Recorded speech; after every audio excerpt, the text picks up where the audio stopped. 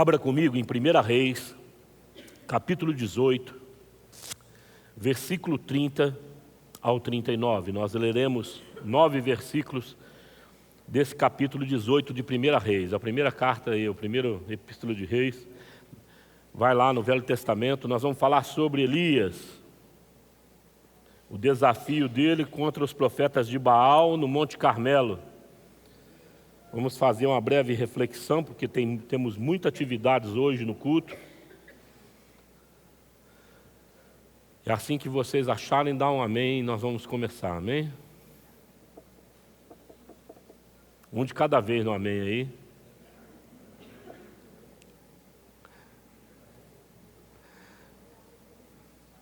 Primeira Reis, capítulo 18, do verso 30 ao verso 39.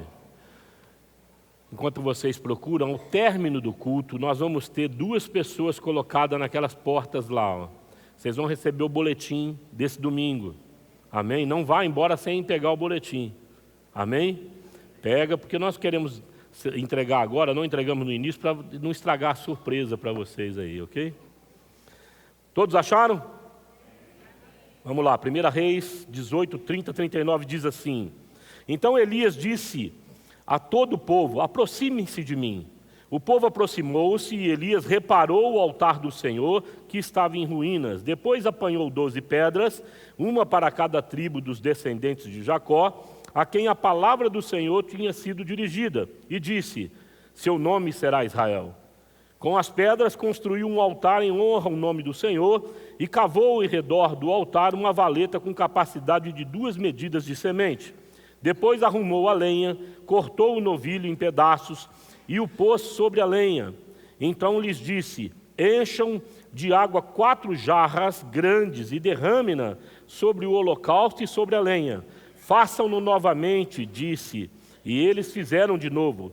Façam-no pela 3ª vez, ordenou, e eles fizeram pela 3ª vez. A água escorria do altar, chegando a encher a valeta. À hora do sacrifício, o profeta Elias colocou-se à frente e orou: ó Senhor, Deus de Abraão, de Isaque e de Israel, que hoje fique conhecido que Tu és Deus de Israel e que sou Teu servo e que fiz todas estas coisas por Sua ordem. Responde-me, ó Senhor, responde-me, para que este povo saiba que Tu, ó Senhor, és Deus e que fazes o coração deles voltar para Ti. Então o fogo do Senhor caiu, queimou completamente o holocausto, a lenha, as pedras e o chão, e também secou totalmente a água na valeta. Quando o povo viu isso, todos caíram prostrados e gritaram: o Senhor é Deus, o Senhor é Deus. Aleluia, irmão. Ore mais uma vez comigo para que o Senhor fale ao teu coração em nome de Jesus Cristo.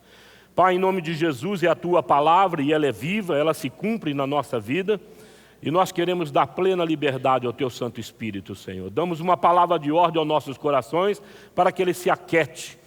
E, ó Pai, receba aquilo que o Teu Santo Espírito deseja ministrar na nossa vida. Oramos assim no nome de Jesus. Amém. Amém, irmãos? Nós estamos falando de um período onde reinava Acabe com a Fenícia, a princesa Fenícia chamada Jezabel. É um tempo muito complicado da nação de Israel, porque o povo passou a adorar Baal. Baal, dentro daquele contexto de deuses, era o Deus que correspondia à fertilidade, né? Ele que comandava as chuvas, as estações, e a sua esposa, né? Dentro dessa idolatria que Jezabel trouxe para dentro de Israel, chamava-se Assera. E essa mulher também era cultuada, e se espalhou Baalins por toda a nação de Israel.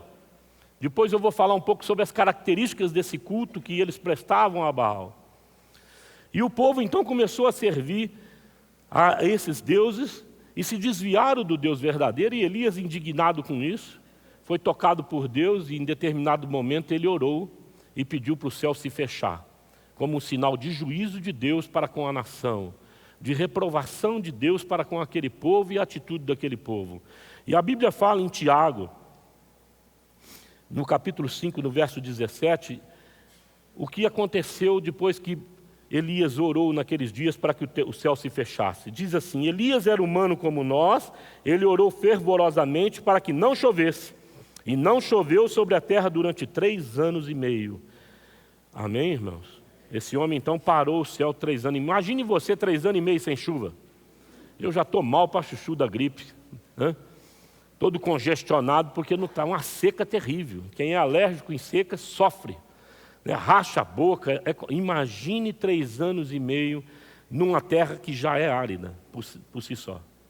Ou seja, o juízo de Deus se caracterizou de uma maneira pontual ali. O ambiente, amados, dessa palavra é um ambiente profético, onde a nação está padecendo em função de ter contrariado os desígnios de Deus, feito opções que não agradavam ao Senhor, e o Senhor então se levanta para mostrar para aquela nação de que eles seriam, vamos dizer assim, projetados para dentro de fato daquilo que representava Baal, daquilo que representava a Sera e os Baalins.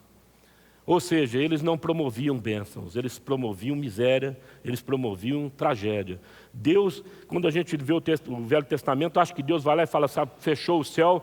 Não, ele deixa fechar o céu, amado, e assim permite, e assim o faz, para mostrar que esse tipo de obra é obra do inferno, é obra de Deus, falsos deuses, é obra de quem não quer o nosso bem, amado. Para que a gente sejamos despertados em nome de Jesus para a bênção que há em nosso Senhor Jesus Cristo, que nada mais é do que uma vida abundante e vida eterna. Amém? Quando a gente segue esse tipo de deuses, a gente perde o primordial. Às vezes até ganha prosperidade nessa terra, que a gente vê isso, mas perde a vida eterna e não vale de nada, não é verdade? Então a gente precisa ficar assim, antenado com isso. Bom, essa passagem mostra que nós devemos ter atitudes que geram a aprovação e a bênção de Deus. Eu gostaria de falar sobre algumas delas a partir desse texto, para que nós também pudéssemos adotar e aplicar para a nossa vida. A primeira coisa que Elias faz é identificar a causa da maldição. Ele marca dia e local para confrontar essa maldição, para buscar a bênção de Deus e parar com esse ciclo de juízo, esse ciclo de deserto, esse negócio de escassez. Amém, irmãos? Tenho certeza, em nome de Jesus Cristo, que a exemplo de Elias naqueles dias, nós também como igreja passamos em certos momentos da nossa vida em períodos de deserto, períodos de aflição, como nós oramos agora há pouco pelos irmãos que estão passando por um deserto.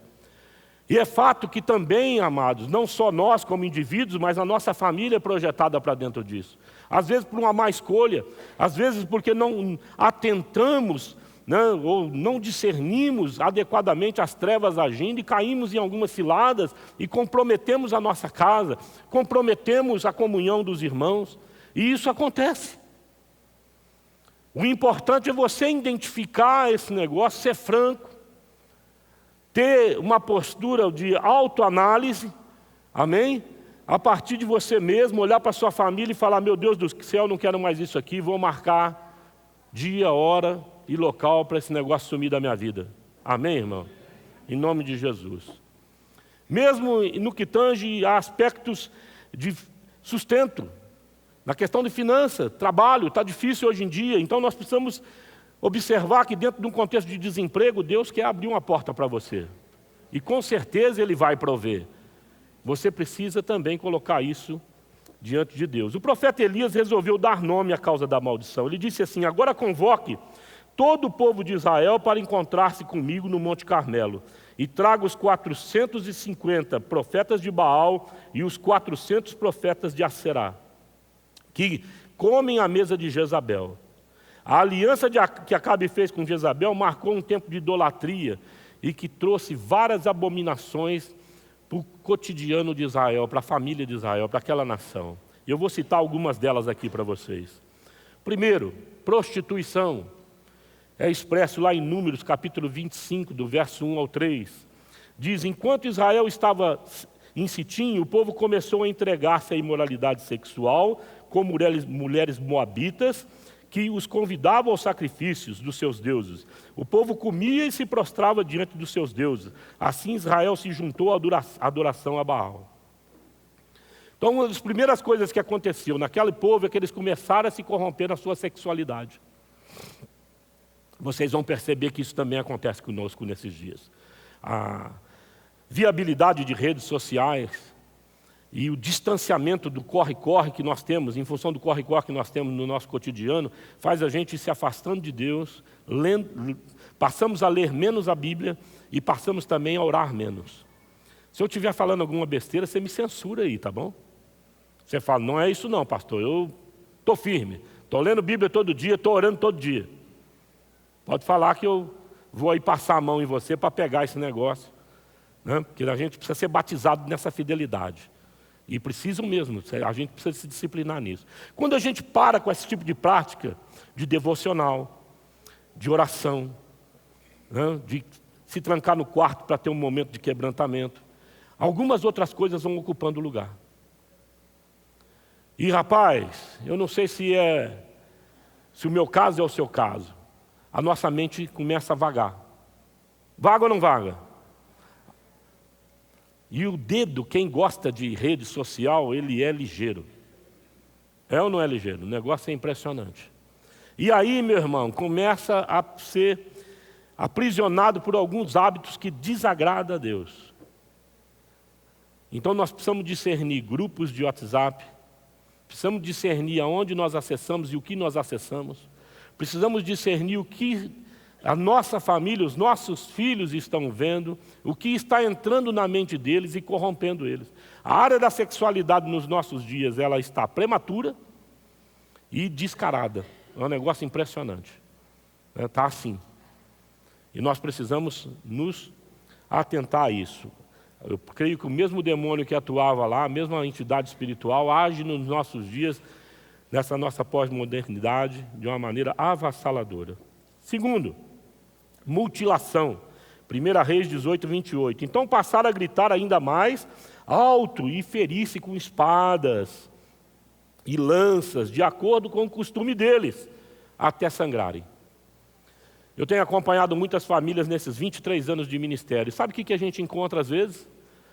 Jovenzinhos, tanto homens como meninas, se lancetando, se cortando, se mutilando, tamanha angústia que habita no coração deles. É impressionante o que a gente vem testemunhando e como isso vem crescendo ao longo dos anos. Irmãos, no nome de Jesus Cristo, isso não é normal. Eu já surpreendi gente se cortando com gilete.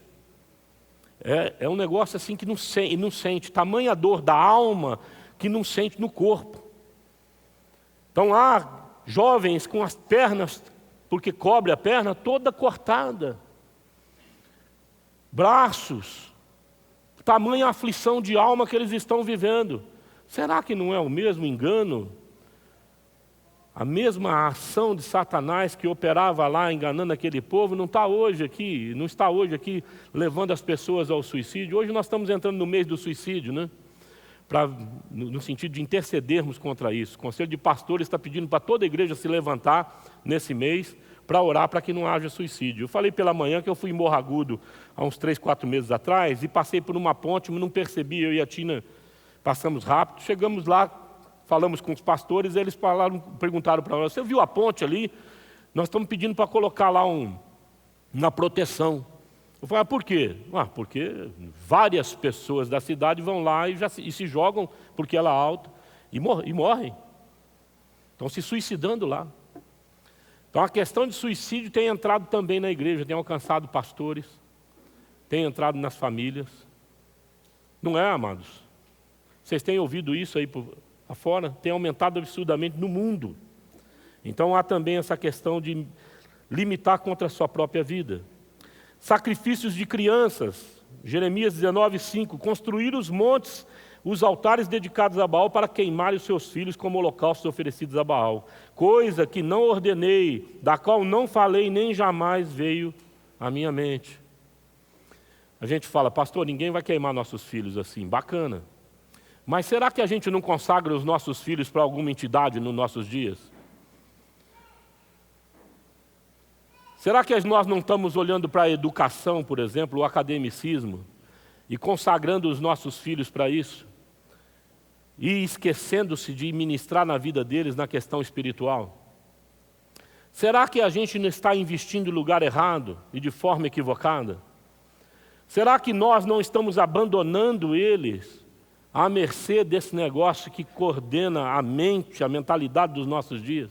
O menino vai para a escola, passa lá o dia, ou então passa meio período, no outro meio período vai para a ginástica, no outro vai para o inglês, para competir no vestibular e pegar uma vaga na faculdade. Aí ele vai para a faculdade, ele não tem experiência nenhuma com Deus, porque os pais se esqueceram de conviver com ele, de andar com ele, de discipulá-lo, de mostrar para eles como Deus é bom, de mostrar para eles que Deus é presente, de mostrar para eles princípios que precisam ser primados na caminhada do dia a dia. E eles chegam despreparados na faculdade. O que acontece com essas crianças ou com esses jovens crentes que chegam lá? São surpreendidos por coisas que ele balança. É raro você encontrar uma pessoa que se mantém firme. Nós temos, não vou aqui abrir nome, é claro, mas testemunhos de que passaram pela faculdade e durante os 5 anos de faculdade a pressão foi grande. Você precisa perder a virgindade, você precisa usar droga, você precisa sair na balada. E assim vai a pressão durante 5 anos. Se não tiver sustentabilidade, se não tiver vigor espiritual, cai. Cai de uma maneira irremediável. Isso nós temos assistido, amados. Temos perdido alguns jovens ao longo dos anos para a droga, para a prostituição, para casamentos mistos, totalmente infelizes, marcados por comportamentos liberais. E hoje estão sendo confrontados pela fragilidade que o eram, né, quando foram inseridos nesse ambiente. Porque nós não se apercebemos que estávamos consagrando eles por uma mentalidade que não é mentalidade de Deus, que não vem da parte de Deus, que Deus não ensinou. Deus não ensinou nossos filhos para serem bem-sucedidos no mundo. Ensinou nossos filhos para serem bem-sucedidos no Senhor.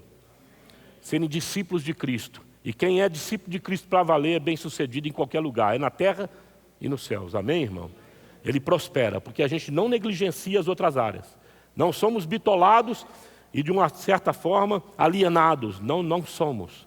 Nós interagimos com esse mundo e precisamos interagir como homens e mulheres espirituais, nascidos de novo. Amém, irmão? Famílias consagradas ao Senhor. Não invistam nos seus filhos dessa maneira. Mais vale você investir de uma maneira mediana, bacana ali, mas trazer para perto e ter comunhão efetiva com os seus filhos.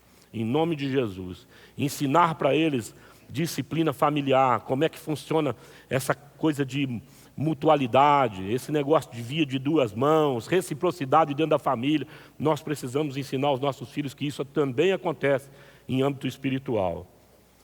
Segunda coisa que eu gostaria aqui, o segundo ponto que eu gostaria de compartilhar com você, além de você marcar dia, hora e local para confrontar isso, é citar para você que essa igreja começa hoje um jejum de 40 dias. Nós vamos, durante esses 40 dias, se abster de carne vermelha. Amém, irmão?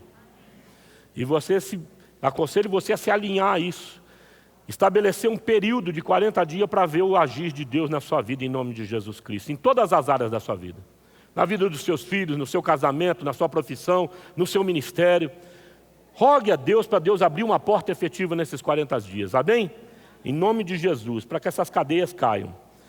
Defina o local, o dia, a hora, para apresentar o sacrifício. É aqui que eu gostaria de frisar com você. O novilho foi trazido. Ele falou, separe 2 novilhos. O que era o sacrifício do Velho Testamento para o pecado? Era o novilho e 2 cordeiros que precisavam ser sacrificados.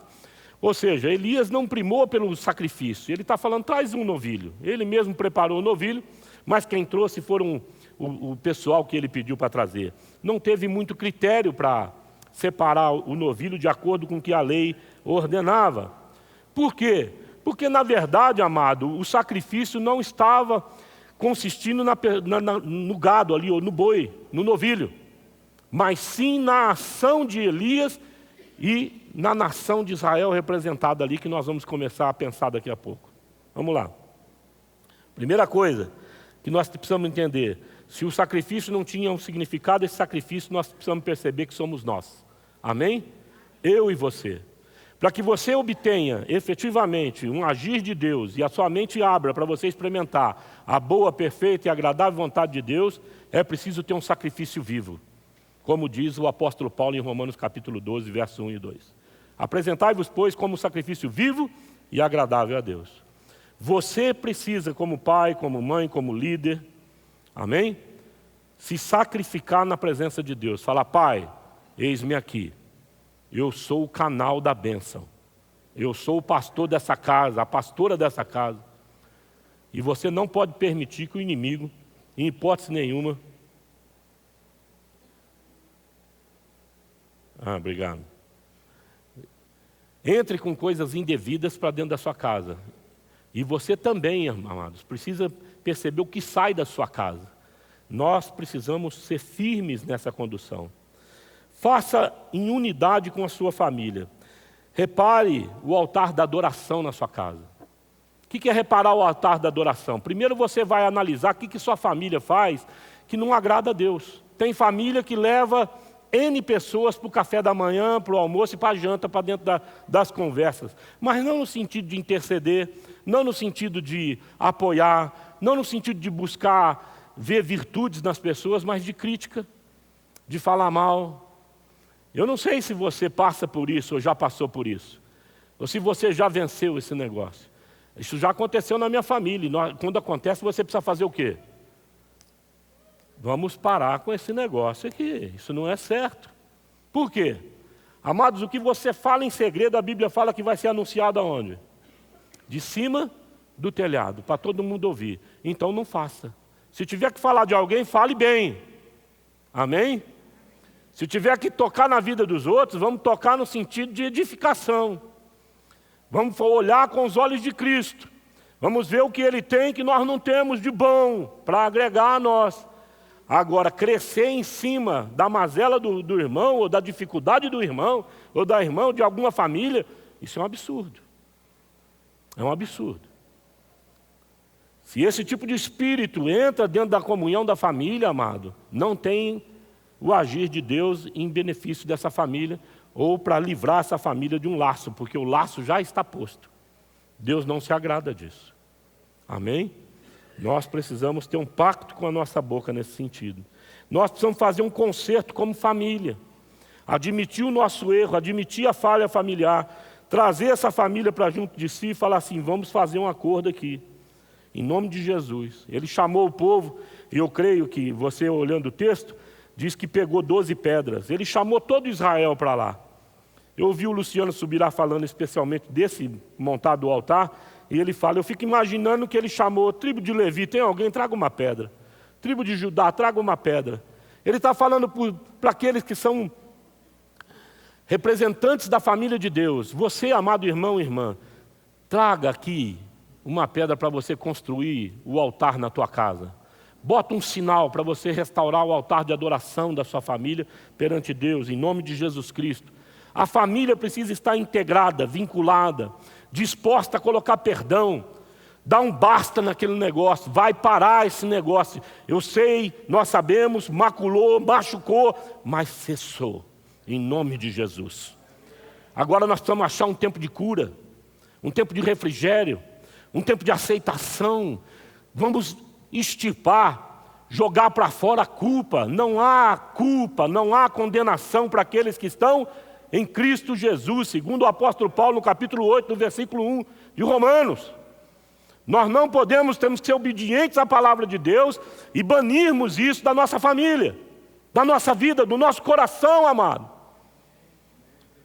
Quem nunca errou aqui?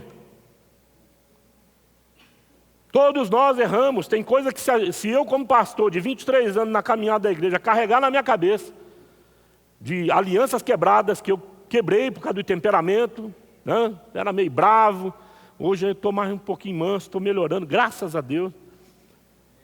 Vou ficar louco. Nós temos que ter um acerto, em nome de Jesus. Ele também pediu para trazer 12 cântaros, e ele falou, vai lá uma vez, derrama a água, né? 4 cântaros numa primeira, segunda, derrama, terceira, quantos cântaros deram?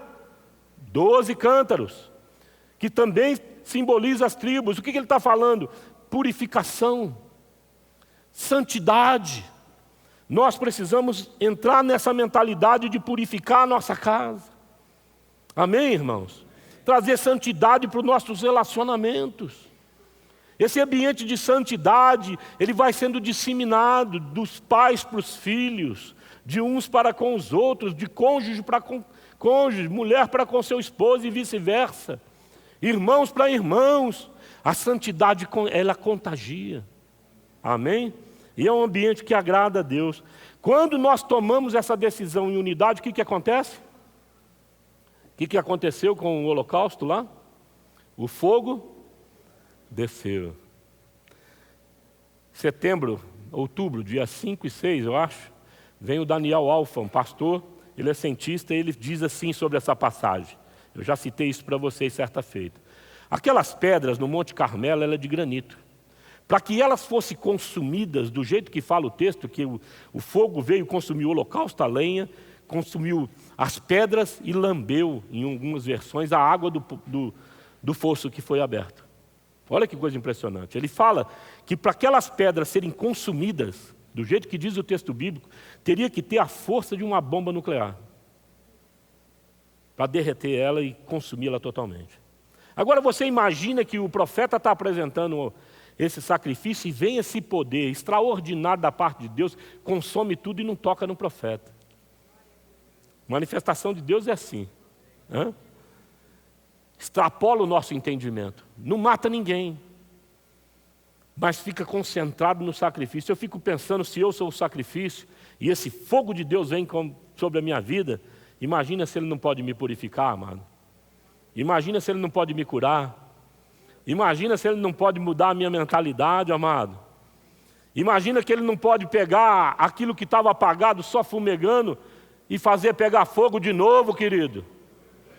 Fazer o nosso coração ser avivado, de ver a presença de Deus caracterizada em função de uma atitude que eu tomei enquanto família. E isso não dá para tomar essa decisão sozinho, isso é uma atitude de unidade de povo. Vocês precisam se unir como família, e nós como comunidade de Cristo precisamos nos unir, para que de fato nós queremos um avivamento, e esse avivamento aconteça. Caso contrário, ele não vai acontecer. Por isso nós precisamos alinhar-se a esse jejum proposto de 40 dias. Bom, então o fogo consumiu tudo, e aí o que acontece? Elias fala para Acabe assim, olha, vá comer e beber, porque eu já ouço o barulho de chuva. Aleluia, irmão, e chuva pesada. Dá um toque no seu irmão e fala assim, olha, eu já vejo a bênção na tua vida. É profético. Talvez você só cochichou, mas ele não acreditou. Você fala para ele, rapaz, eu vejo a bênção na tua vida. Você precisa fazer isso com seus filhos, você precisa fazer isso com a sua casa, você precisa fazer isso com seus irmãos, querido. Em nome de Jesus Cristo. Os apóstolos passaram e de repente tinha um cego lá e os discípulos perguntaram, quem pecou para esse homem ser cego? Olha a cabeça dos caras. Alguém teve que fazer uma anarquia para esse coitado ser cego, para Deus puni-lo. Essa era a mentalidade deles. Jesus falou, nem pai, nem ele, ninguém pecou. Ele é assim para quê? Fala alto. Para que caracterize a glória de Deus na vida dele. Aleluia, irmão. E é essa mentalidade, é esse olhar que Deus quer dar a você e quer que você tenha em relação às pessoas. Eu vejo a glória de Deus em você e a bênção está chegando. Amém, irmão? Louvado seja Deus. Então Acabe foi comer e beber, mas Elias subiu no alto do Carmelo, dobrou-se até o chão e pôs o rosto entre os joelhos e começou a orar. Começou a interceder. Ele começou a trazer a bênção, aquilo que ele profetizou. Vem chuva. Eu falei para o céu se fechar, agora abra os céus. Vem chuva. E ele falou para o seu discípulo assim, ó, vai e olhe na direção do mar, disse ao seu servo. E ele foi e olhou, mas nada havia lá. Disse ele 7 vezes, Elias mandou, volte para ver. Na 7ª vez o servo disse, uma nuvem tão pequena quanto a mão de um homem está se levantando do mar. Então Elias disse, vá dizer a Acabe, prepare o seu carro e desça antes que a chuva o impeça. Aleluia, louvado seja Deus. Eu gostaria de pedir para você ficar de pé.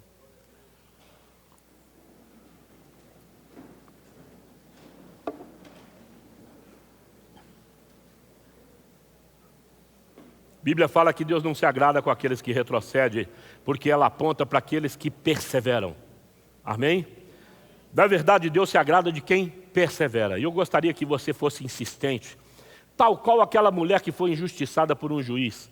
E ela todo dia estava lá no pé dele. Faz justiça para mim, faz justiça para mim. Jesus usa esse exemplo dessa mulher falando que o juiz falou, não aguento mais essa mulher, vou fazer justiça para ela. Mostrando para mim e para você que nós precisamos perseverar na bênção que nós estamos buscando. Amém? Então você hoje, a partir de hoje, você vai começar com a sua família, em nome de Jesus. Você vai consagrar com carne vermelha essa semana. Na outra semana tem uma outra área que nós vamos colocar. Talvez seja os pães, né? Questão de farinha, a gente vai colocar aqui. Ou o café, que dá muita abstinência nos irmãos, né? Os irmãos consagrarem mesmo. Amém? Precisa disciplinar o corpo. Tem gente que é coordenado pela cafeína, né? Então cada semana nós vamos fazer isso durante os 40 dias. E nós vamos, durante esses 40 dias, nós vamos falar para a família assim, olha, fica olhando no horizonte, porque Deus já está trazendo a bênção. Amém? Fica olhando, e nós vamos ver o Espírito Santo se mover a nosso favor, em nome de Jesus. Eu creio que no findar desses 40 dias, grandes coisas vão acontecer no nosso meio, amado. Em nome de Jesus Cristo. Nós não servimos um Deus que não ouve. Ele ouve e atende às nossas orações. Então coloque a sua vida, faça uma autoanálise como nós falamos, marca dia e horário, daqui 40 dias, nós vamos estar reunidos aqui. E se no decorrer dos 40 dias Deus fizer um milagre na sua vida, você fala, quero dar testemunho, pastor. Amém? Nós vamos te colocar aqui para você dar o testemunho. Se de repente dentro dessas primeiras semanas já aconteceu, você já vai vir aqui e falar assim, Deus já trouxe a minha bênção. Amém? Eu creio nisso, você crê? Aleluia, louvado seja Deus. Quero orar com você, antes de nós entrarmos nessa segunda etapa do nosso culto aqui. O que você faz ouvindo essa palavra? Se você está com a sua família, o que você faz? Vamos se unir agora aqui, vamos marcar esse local? Amém? Vamos orar junto? Vamos orar junto? É isso, irmão. Se você não está com a sua família, você vai se unir com um irmão. Vai pegar na mão ali e falar assim, nós temos alguns desafios, você sabe quais são. Amém? Vamos vencer. Vamos buscar essa bênção. Vamos orar? Aleluia. Aleluia. Oh, glórias ao teu nome, Senhor. O fogo vai descer? Vai, porque só depende de Deus. Você só crê. É Deus quem faz o milagre, amado. Crê em nome de Jesus Cristo. Pai, nós unimos os nossos corações como família consagrada ao Senhor. Nós queremos restaurar o altar caído na nossa casa. Nós queremos restaurar o altar de adoração no nosso lar. Nós queremos que o nosso coração volte, Senhor, a pulsar, ó Deus, em sintonia com o coração de Jesus Cristo de Nazaré. Nós gostaríamos, em nome de Jesus Cristo, que a mentalidade da nossa casa fosse totalmente mudada a partir desses dias, Senhor. No nome de Jesus Cristo, começa a prover a bênção que cada família aqui necessita, Pai. Tu sabes muito bem o que eles precisam. Faz essa obra para a glória e para a honra do Teu santo nome, para que todos aqui e todos os que conhecem os Teus filhos possam dizer de uma maneira uníssona, todos juntos, que o Senhor é Deus, que o Senhor é Deus na nossa vida. Louvado seja o Teu nome. Aleluia, irmão. Dá uma salva de palmas para o Senhor, querido. Deus é maravilhoso.